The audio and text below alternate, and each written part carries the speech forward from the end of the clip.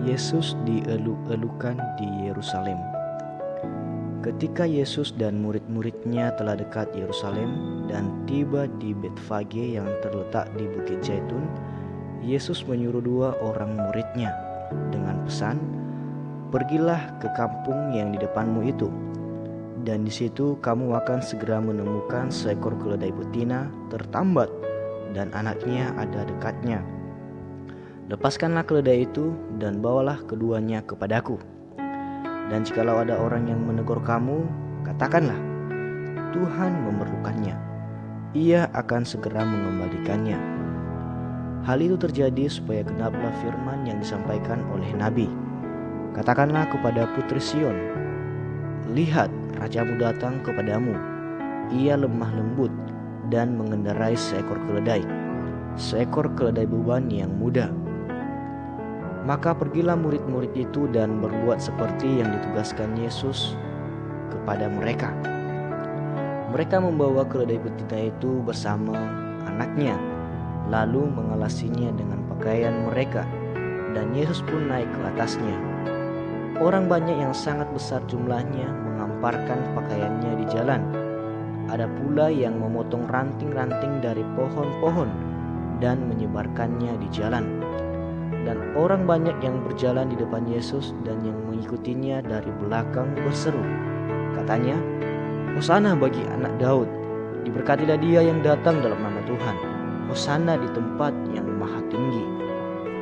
Dan ketika ia masuk ke Yerusalem, gemparlah seluruh kota itu, dan orang berkata, "Siapakah orang ini?" Dan orang banyak itu menyahut, "Inilah Nabi Yesus dari Nazaret di Galilea." Yesus menyucikan bait Allah. Lalu Yesus masuk ke bait Allah dan mengusir semua orang yang berjual beli di halaman bait Allah. Ia membalikkan meja-meja penukar uang dan bangku-bangku pedagang merpati, dan berkata kepada mereka, "Ada tertulis, rumahku akan disebut rumah doa, tetapi kamu menjadikannya sarang penyamun." Maka datanglah orang-orang buta dan orang-orang timpang kepadanya dalam bait Allah itu, dan mereka disembuhkannya. Tetapi ketika imam-imam kepala dan ahli-ahli Taurat melihat mujizat-mujizat yang dibuatnya itu, dan anak-anak yang berseru dalam bait Allah, "Hosana bagi anak Daud," hati mereka sangat jengkel. Lalu mereka berkata kepadanya, "Engkau dengar apa yang dikatakan anak-anak ini?" Kata Yesus kepada mereka, "Aku dengar. Belum pernahkah kamu baca, dari mulut bayi-bayi dan anak-anak yang menyusu, engkau telah menyediakan puji-pujian?" Lalu ia meninggalkan mereka dan pergi keluar kota ke Betania dan bermalam di situ. Yesus mengutuk pohon ara. Pada pagi hari dalam perjalanannya kembali ke kota, Yesus merasa lapar.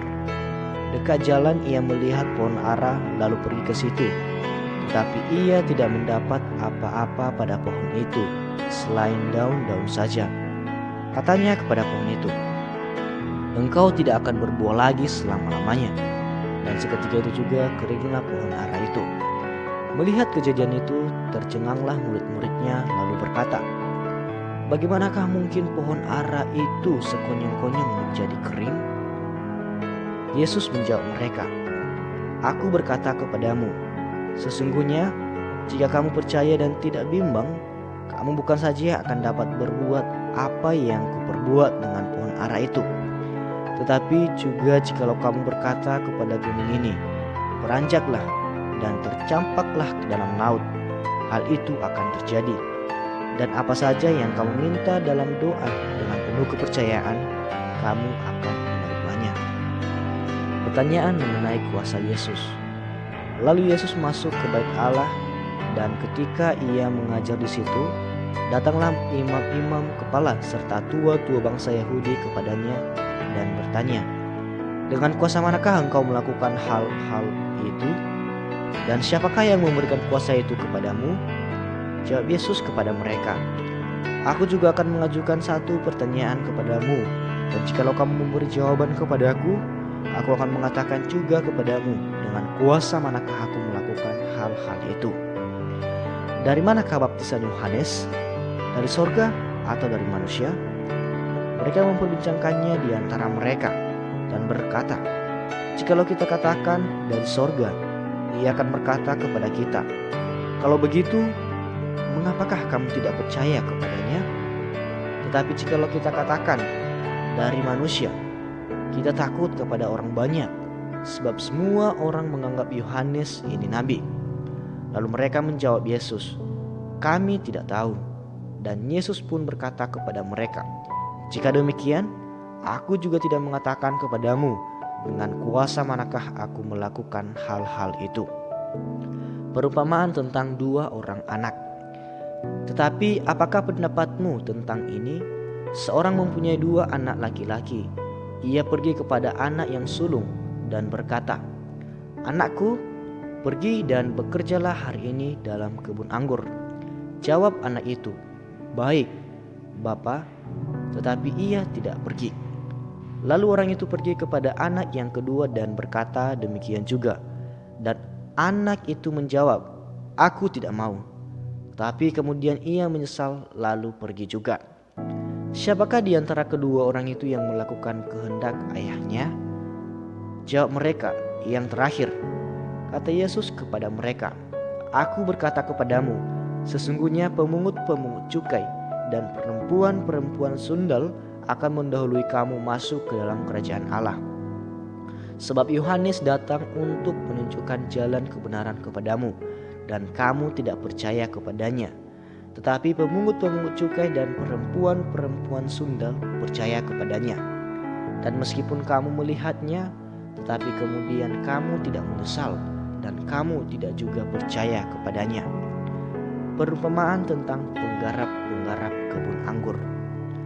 Dengarkanlah suatu perumpamaan yang lain. Adalah seorang tuan tanah membuka kebun anggur dan menanam pagar sekelilingnya. Ia menggali lubang tempat memeras anggur dan mendirikan menara jaga di dalam kebun itu.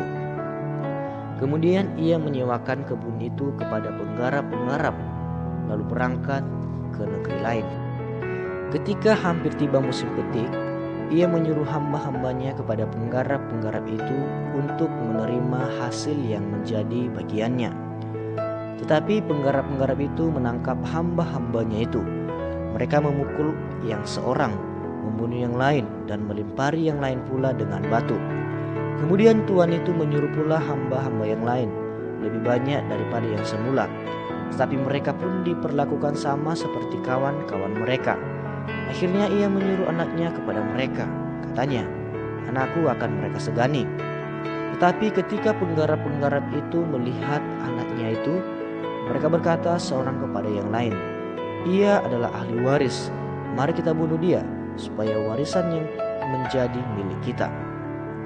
Mereka menangkapnya dan melemparkannya keluar kebun anggur itu, lalu membunuhnya. Maka apabila tuan kebun anggur itu datang, apakah yang akan dilakukannya dengan penggarap-penggarap itu?